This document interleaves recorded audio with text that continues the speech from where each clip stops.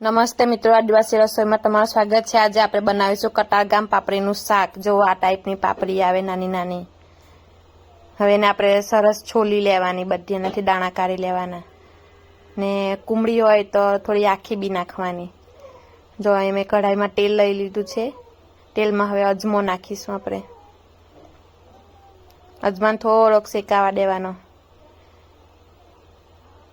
અંદર પછી લસણ અને મરચાની પેસ્ટ નાખવાની। અમે વાટેલા છે લસણ અને મરચા। થોડાક શેકાય એટલે અંદર હળદર નાખવાની, ધાણા જીરું નાખવાનું। સૂકું મરચું અહીંયા આપણે નથી નાખવાનું કારણ કે આપણે લીલું મરચું નાખેલું છે।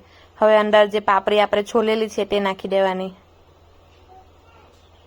મીઠું નાખી દેવાનું સ્વાદ અનુસાર અને સારી રીતે મિક્સ કરી લઈશું।